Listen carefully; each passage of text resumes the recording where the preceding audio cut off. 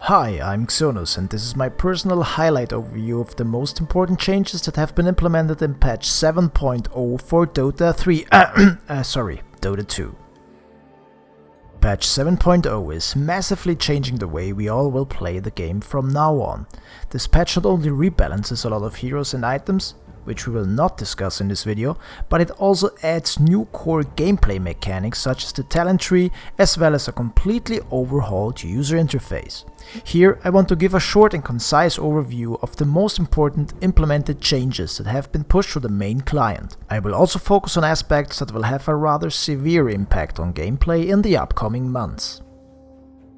One of the most obvious additions in this patch is the introduction of Monkey King. He is the first new hero since the process of porting all Dota 1 heroes to the Dota 2 client, which indicates that the hero pool might and will be ever growing from now on.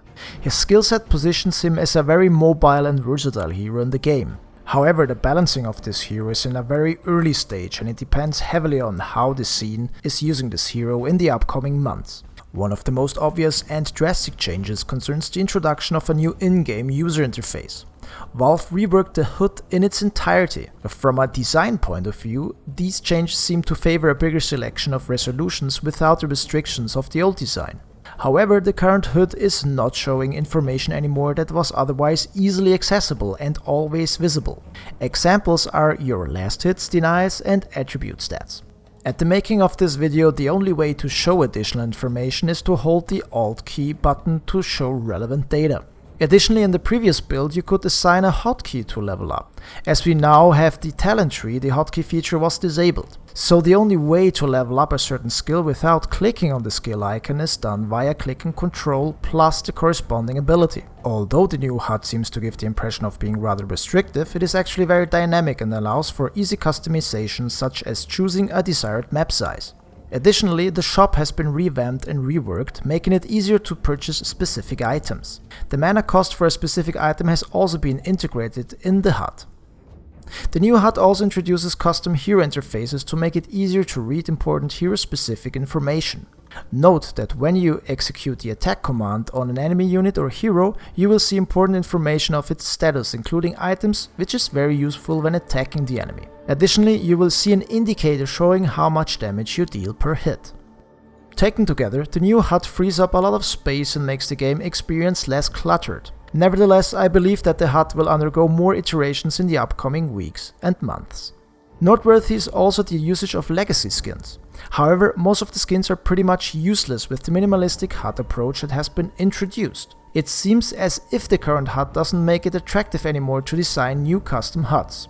In terms of spectator functionality, the HUD has been also overhauled, including many nice changes such as the updated graphs, info panels, and backpack indicators. Note that common commands to hide HUD elements don't work anymore with the current patch. With patch 7.0, another core mechanic has been added to the game concerning the pregame phase, which has been revamped entirely. The pregame phase is now split up into multiple sub-phases. First up, we have the picking phase, including hero suggestions based on the current team composition and improved filters to find the right hero for the job.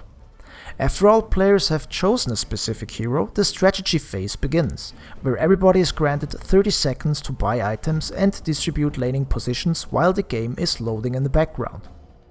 A strategy map aims to help in distributing laning positions. You can drag and drop hero icons and warding spots, which will hopefully lead to better early game communication and less frustration when picking a lane. Overall, the implementation of a proper pre-game interface is a great addition, as it will greatly improve the early game. It is also a great addition for support players, as they can communicate in which lane they want to stay and which spots they will cover with wards.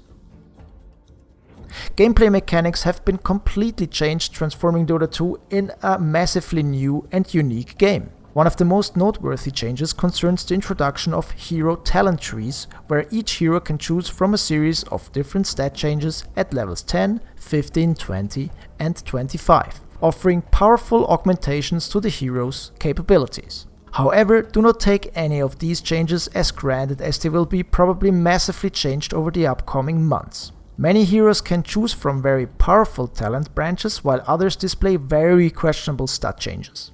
Only IceFrog knows the deeper meaning of all these changes, and we have to see how everything unfolds.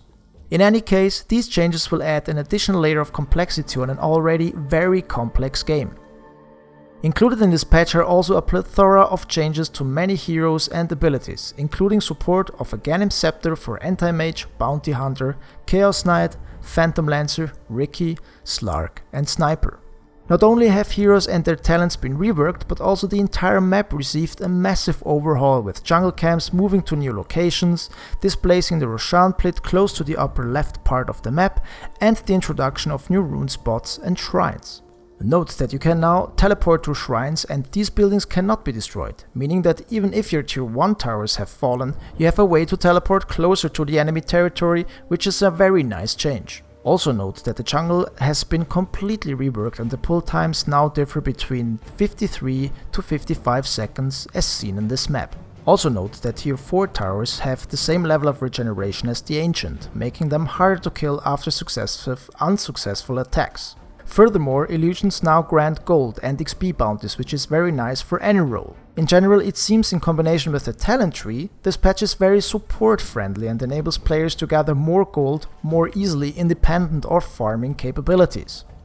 Another very interesting change concerns the reworked root mechanics, which now disables many movement spells, making heroes like Crystal Maiden very viable to play again.